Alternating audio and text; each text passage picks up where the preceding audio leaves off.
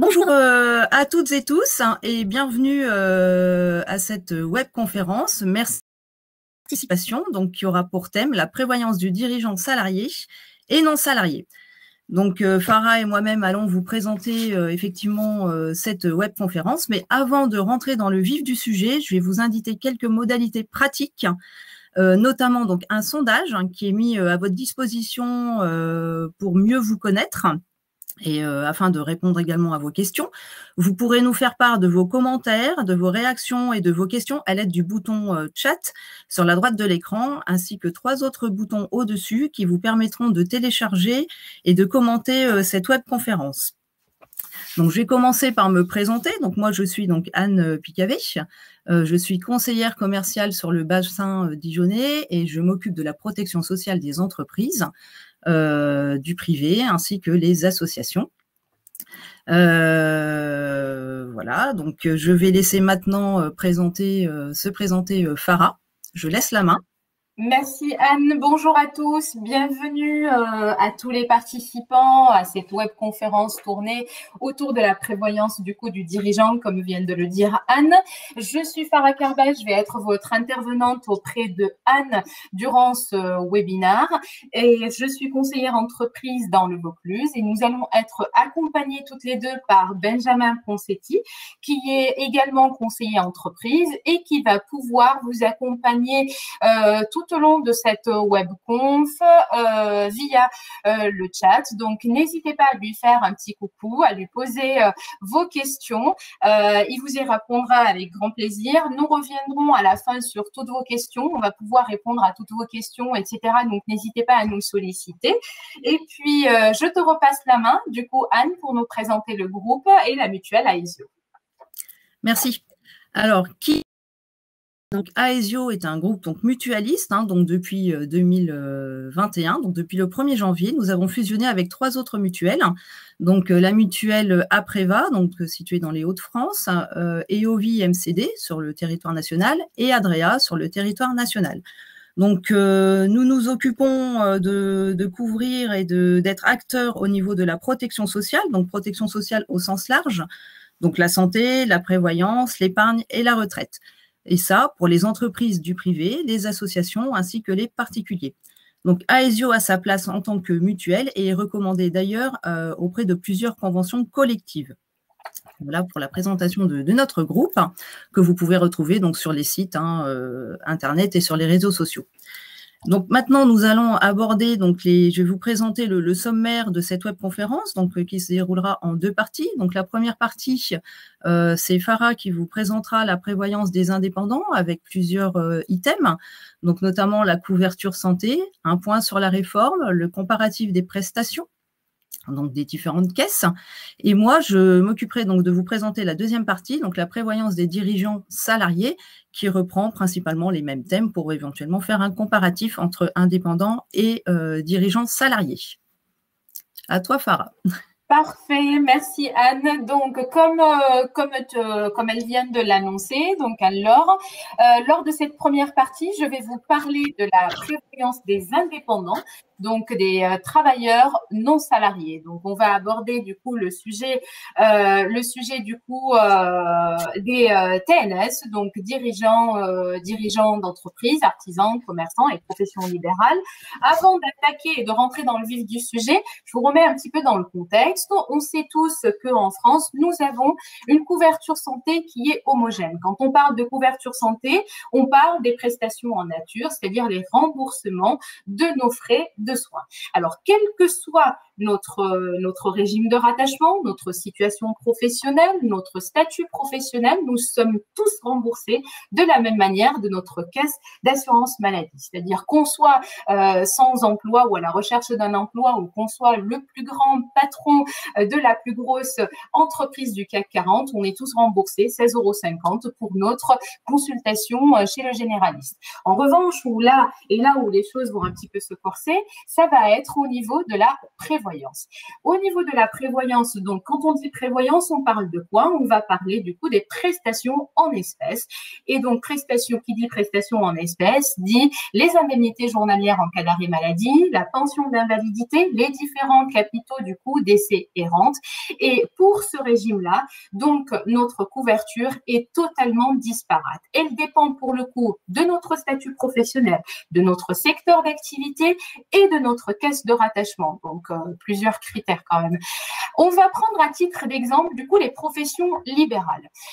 On pourrait se dire qu'au sein des professionnels libéraux, la couverture est la même pour tous. Eh bien non.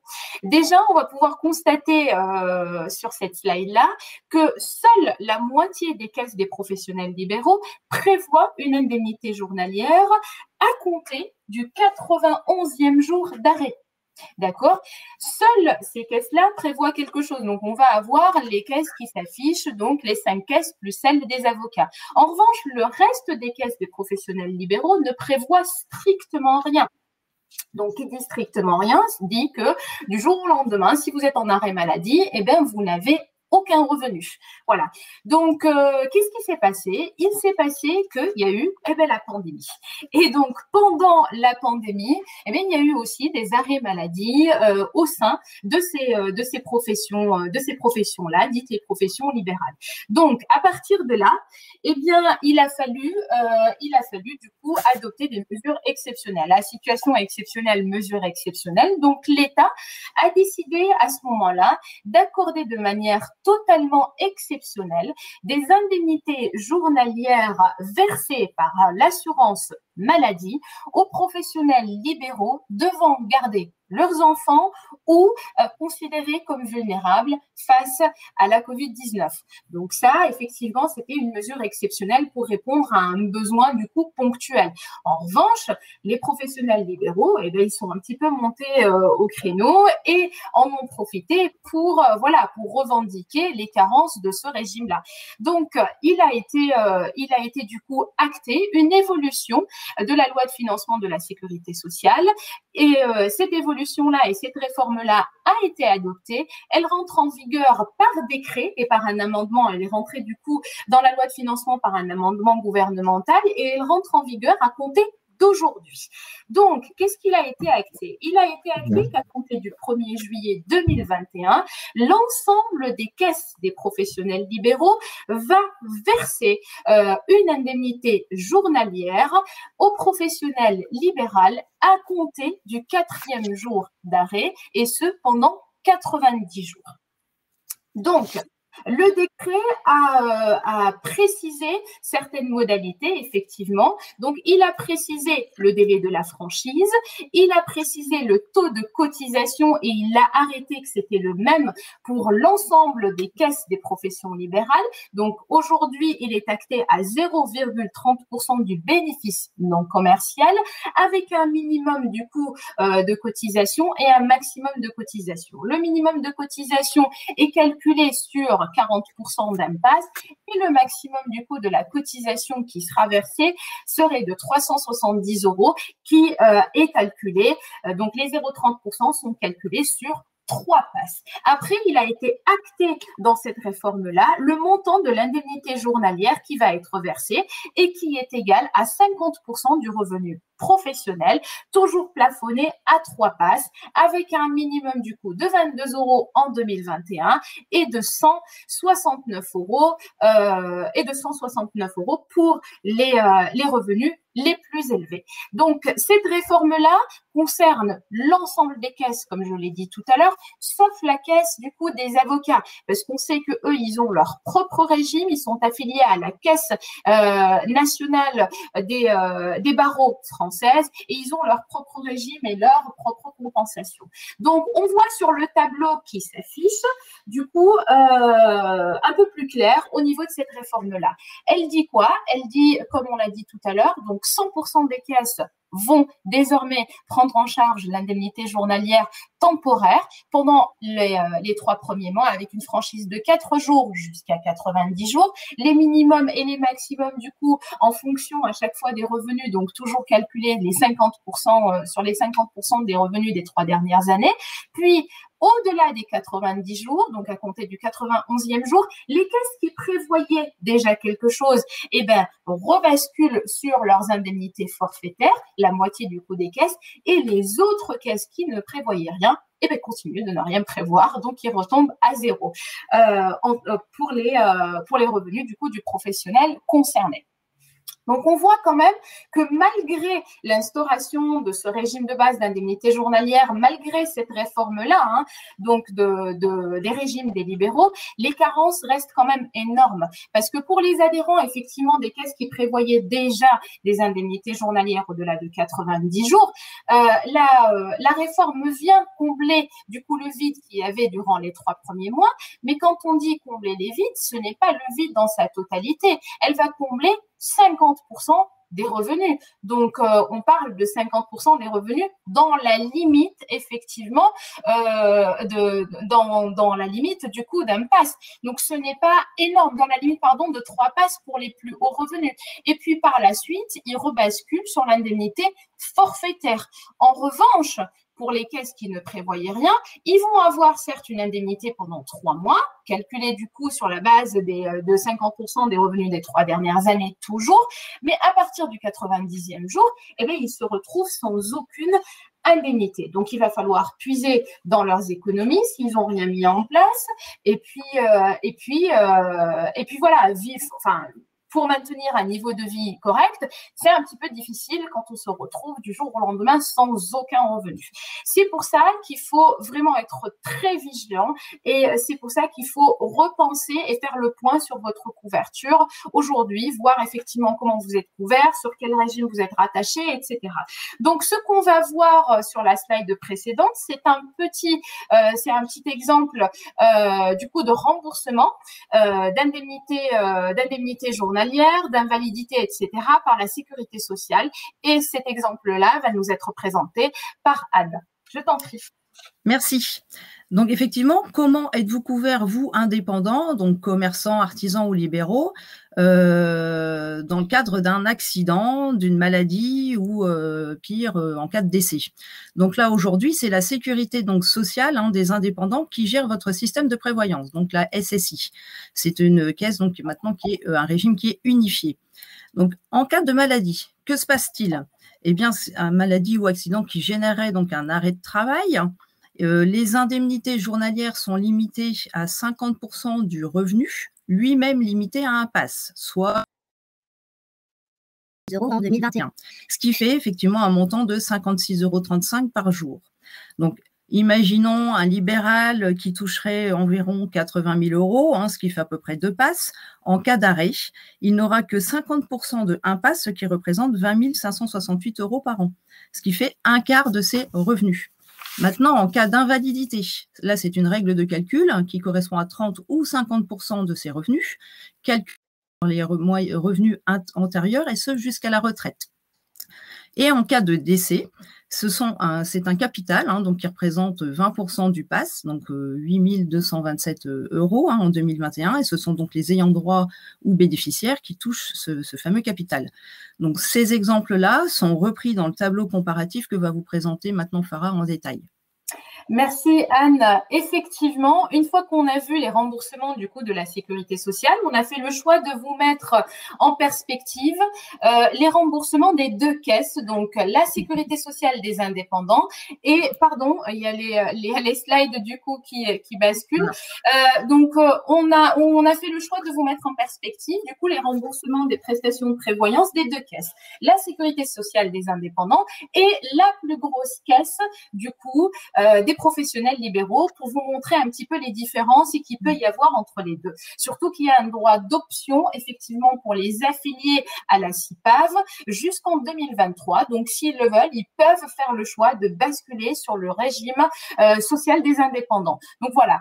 On va regarder, du coup, ce que prévoient ces deux régimes-là en matière d'indemnité journalière. Donc, comme l'a dit Anne tout à l'heure, à la sécurité sociale des indépendants, l'indemnité journalière, du coup, est limitée à 50% du revenu, avec un plafond, du coup, de 56,35 € puisque c'est calculé sur un pass, ce pour 360 jours, lissé sur 3 ans.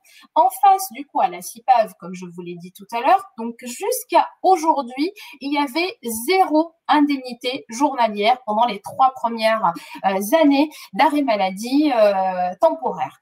À partir d'aujourd'hui, donc il y a la réforme qui est rentrée en vigueur et tous les professionnels affiliés à cette caisse-là vont pouvoir toucher à compter du coup du 4e jour d'arrêt 50% de leurs revenus dans la limite du coup de 3 passes. Donc on vous a mis le montant en euros dans le tableau, donc ça s'élève à 169 € et ce jusqu'à 90 jours. Après 90 jours, il n'y a plus rien.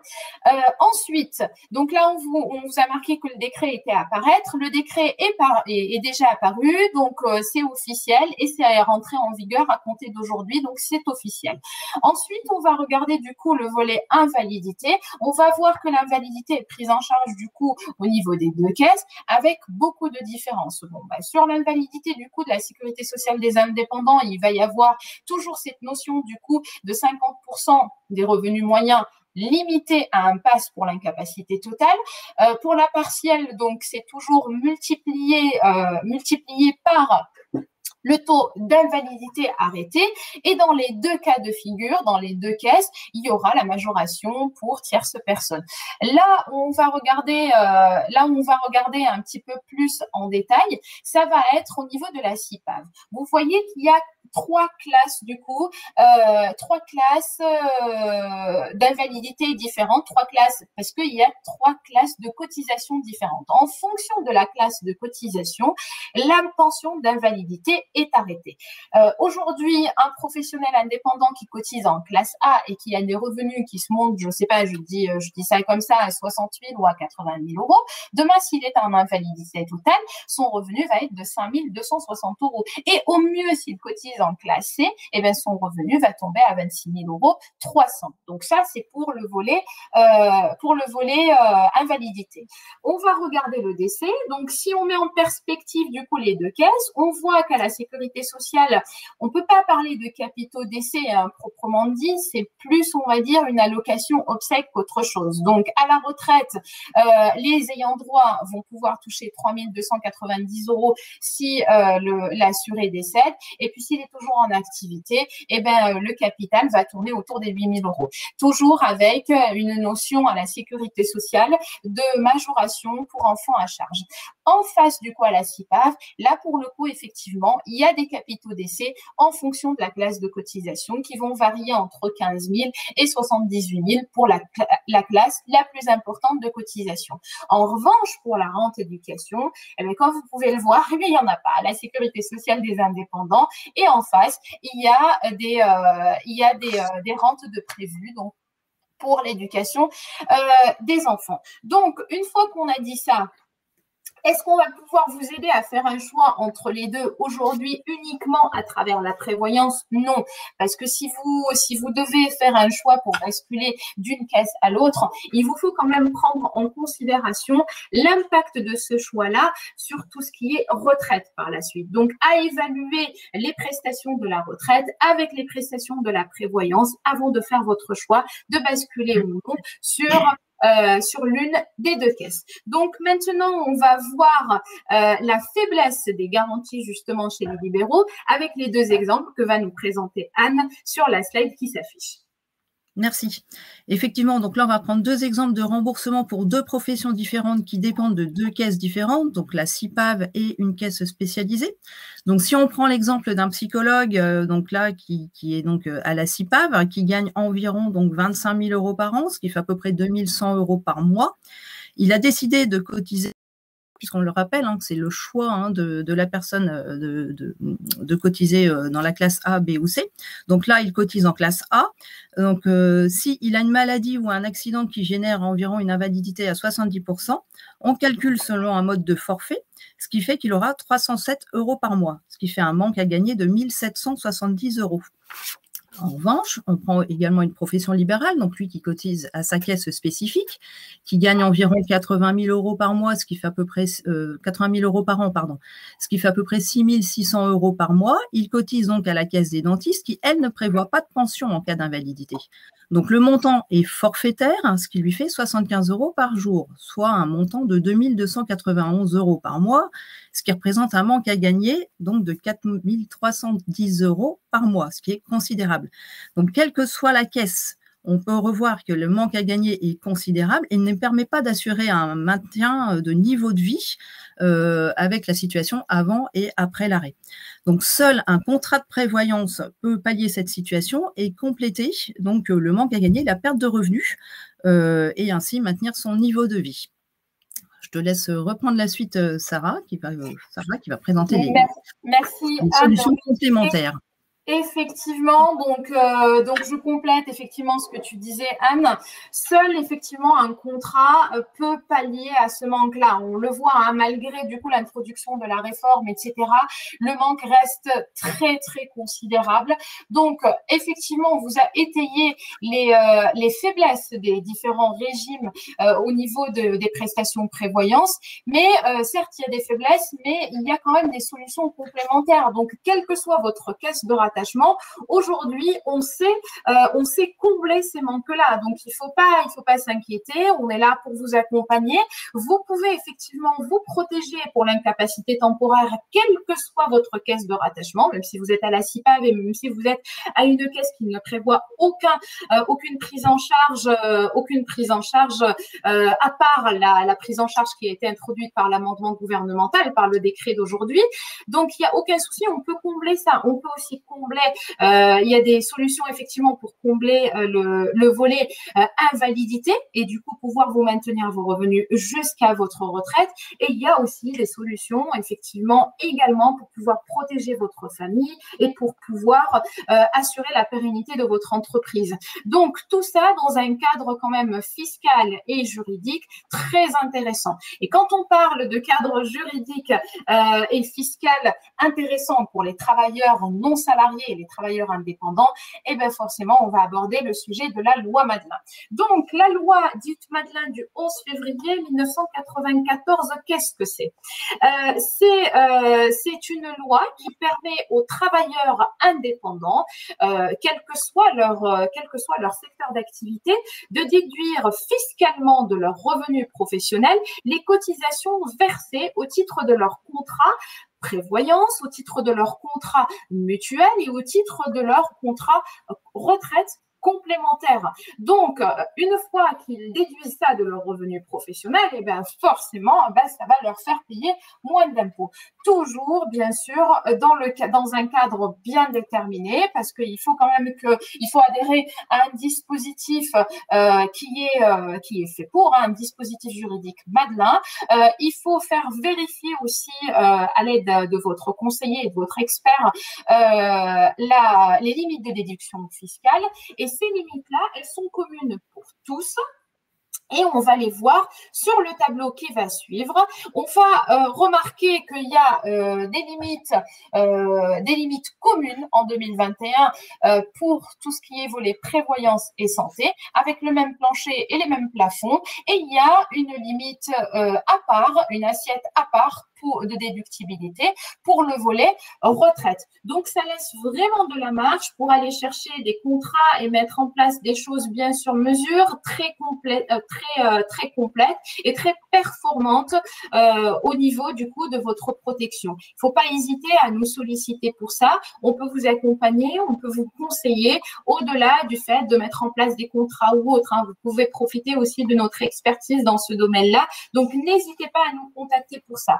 On va voir du coup sur la slide suivante, donc que va nous présenter Anne,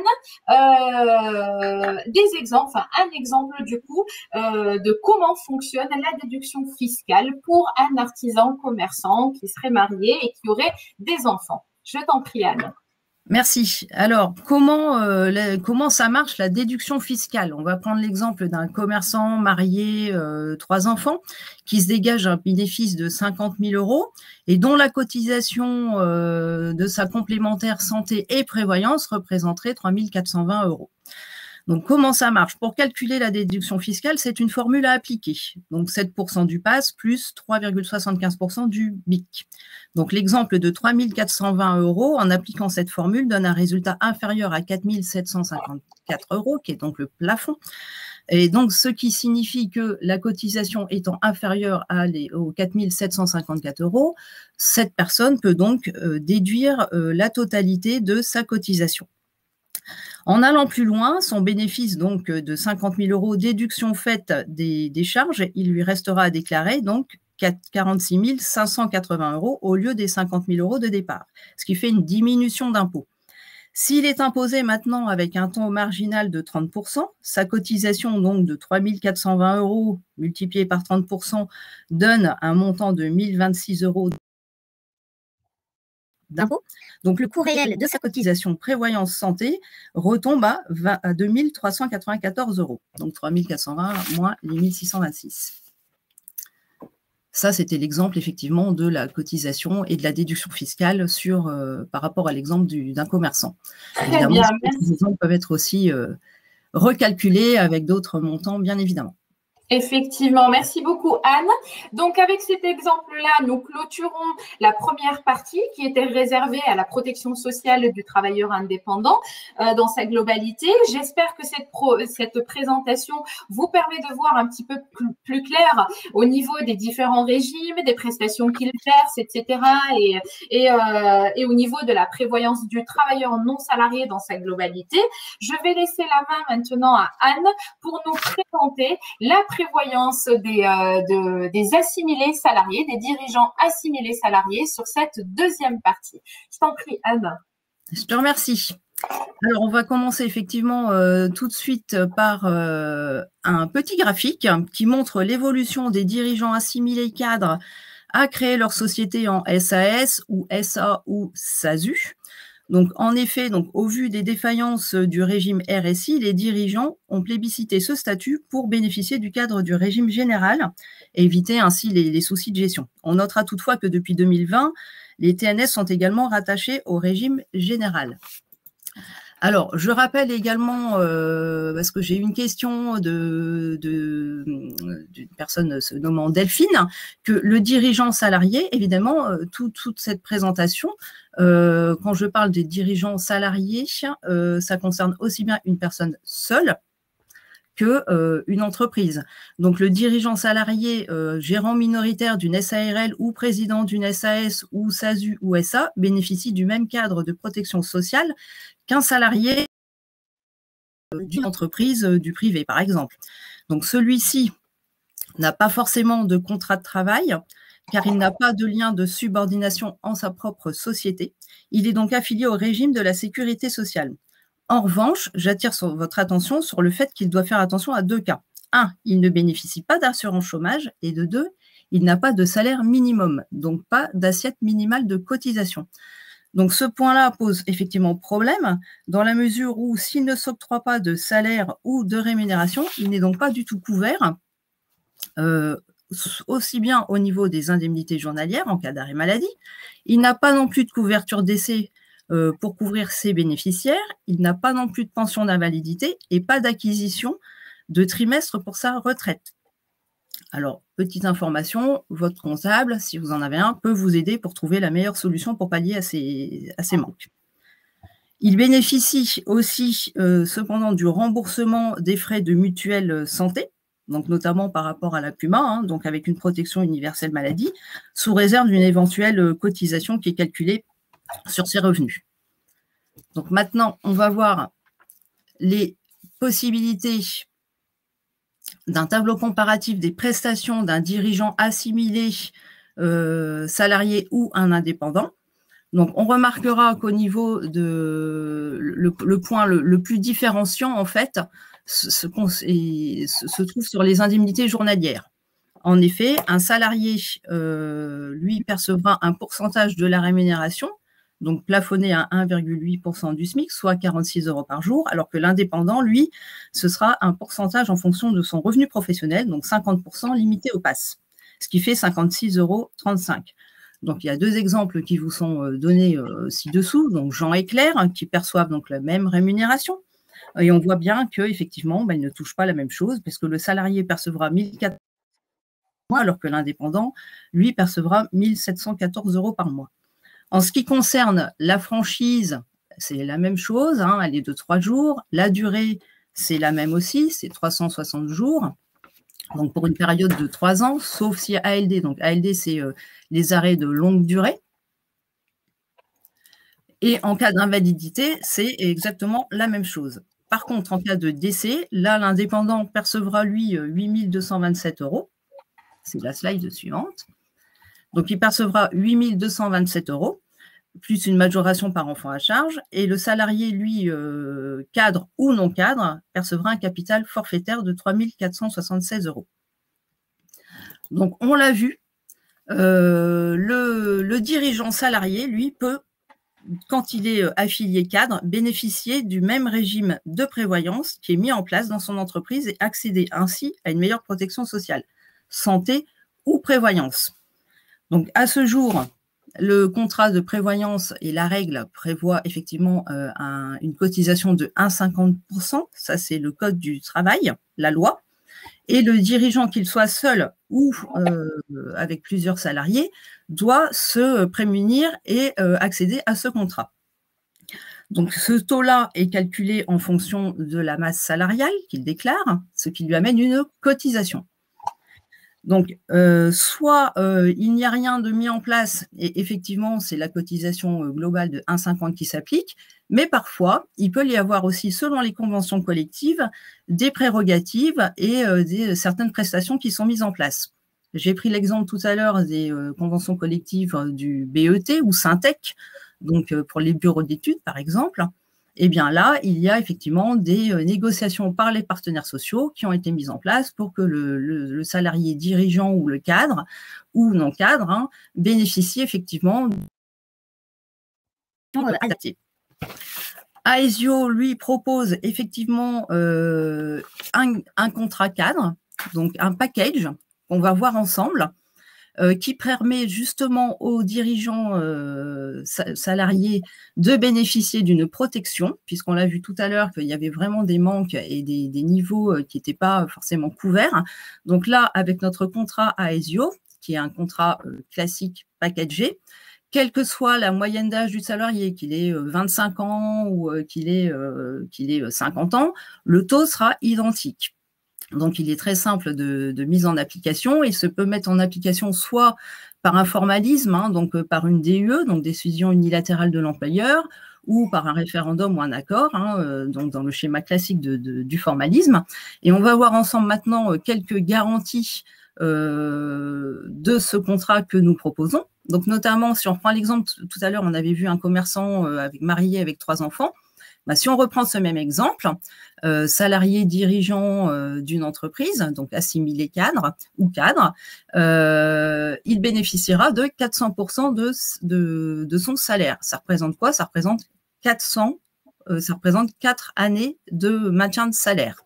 Si maintenant, malheureusement, il décède en même temps que son épouse, ce qui peut arriver, donc un accident de train, de voiture, enfin peu importe, ce qu'on appelle donc la rente orphelin, c'est-à-dire que là, le capital est doublé. Donc ça, c'est une garantie qui est incluse dans notre contrat, c'est-à-dire que les enfants, au lieu de toucher 4 ans de salaire du salarié, ils toucheront 8 ans de salaire, ce qui permet quand même de laisser à l'abri les enfants. Il bénéficie aussi, on l'a vu tout à l'heure, il y avait un manque par rapport aux indemnités journalières en cas d'arrêt maladie, là, il percevra 85% après une franchise de 60 jours. Et enfin, il bénéficiera aussi des garanties première, deuxième ou troisième catégorie.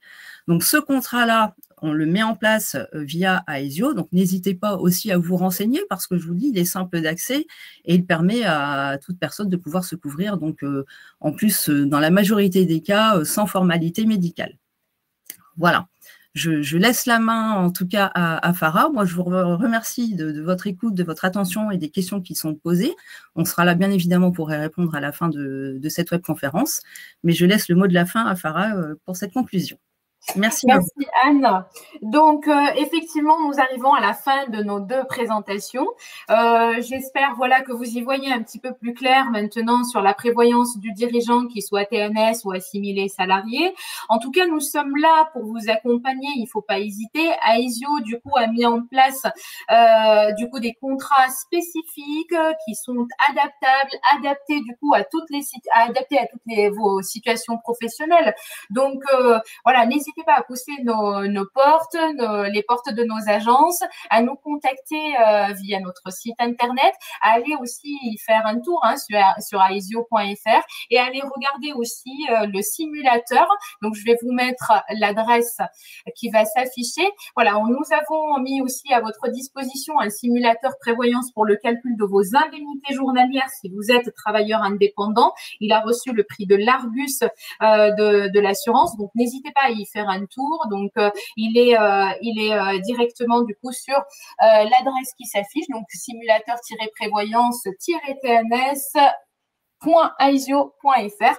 Donc voilà, nous sommes là, on peut vous accompagner, on peut vous conseiller. Donc il y a des offres dédiées spécifiques en fonction de vos statuts et en fonction des branches desquelles vous dépendez. Donc voilà, n'hésitez pas. On va passer maintenant aux questions-réponses avec Anne. Et il me semble que il y avait une question. Alors je vais reprendre vos questions. Il y a une question d'Anaïs, alors qui me demande, je vais la prendre cette question Anne, j'y réponds. Donc, c'est la question d'Anaïs, du coup, qui se pose la question. Donc, elle exerce une activité de conseil affiliée à la CIPAV. Est-ce qu'elle peut changer de caisse pour aller rejoindre la sécurité sociale des indépendants? Oui, elle a. Donc, Anaïs, merci pour votre question. Donc, oui, vous avez la possibilité, effectivement, jusqu'en 2023, de choisir de basculer à la sécurité sociale des indépendants. Donc, c'est ce qui s'appelle le droit d'option. Par contre, voilà, je vous mets en garde. Il faut vraiment vérifier l'ensemble des prestations, certes prévoyance, mais regardez également l'impact que peut avoir ce changement-là sur aussi les prestations retraite. Donc, il y a ces deux volets-là qui sont à prendre en considération. Par la suite, il y a une question, il me semble, pour toi, Anne, si tu veux y répondre. Alors, moi, j'ai vu aussi la question de Delphine. Donc, je suis l'unique cadre salarié de mon entreprise SASU. Suis-je concerné par ces informations? Donc, j'y ai en partie répondu tout à l'heure. Mais oui, effectivement, vous êtes concerné par ces informations et vous pouvez tout à fait mettre un contrat de prévoyance cadre pour vous uniquement. D'accord. Très bien. Je pense qu'on doit avoir une autre question. Là, pour le coup, c'est pour un professionnel libéral, encore une fois. C'est la question d'Alexandre.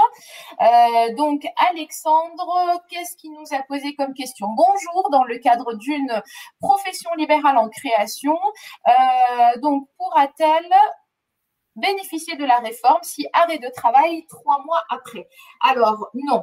Pour pouvoir bénéficier des prestations d'un régime d'un professionnel indépendant, il faut y avoir cotisé pendant 12 mois. Donc, si jamais vous commencez votre activité et que vous êtes en arrêt 1 mois, 2 mois, 3 mois après, vous n'avez aucun versement du coup de ce régime-là au titre des indemnités journalières ou au titre de l'arrêt de travail. Donc, voilà, il faut faire très attention à ça. C'est pour ça qu'il faut se couvrir, justement. Il y a des solutions pour ça. N'hésitez pas à nous contacter, qu'on puisse étudier la situation directement avec vous. Il y a des solutions, mais votre régime obligatoire n'interviendra pas après votre arrêt de travail, 3 mois après le début de votre activité. Voilà, merci pour votre question. Est-ce qu'on a d'autres questions? Il me semble qu'il y en a une pour toi, Anne. Oui, alors je réponds à la question de Anaïs qui me pose la question suivante. Avec la cotisation de 1,50 cadre, donc en prévoyance. L'employeur doit-il financer uniquement la prévoyance lourde, décès, incapacité, invalidité, ou peut-il utiliser une part de cette cotisation pour financer une couverture santé complémentaire? C'est une très bonne question. Et effectivement, le taux de 1,50 cadre, généralement, comprend la partie décès, qui est une partie obligatoire, puisque dans cette cotisation, je ne suis pas rentrée dans le détail tout à l'heure volontairement, mais dans cette cotisation des 1,50 cadres, il y a une moitié, donc 0,76%, qui est dédiée à la partie décès. Ça, c'est une obligation. L'autre partie doit être consacrée à de la prévoyance. Mais la prévoyance englobe aujourd'hui le sens large, c'est-à-dire aussi bien la garantie mutuelle santé, mais ça peut être aussi bien les indemnités journalières, ou qu'est-ce qu'il peut y avoir d'autre encore? Bah là, je ne vois pas trop pour le moment. Enfin, d'autres garanties optionnelles, hein, autres que le décès. Donc oui, effectivement,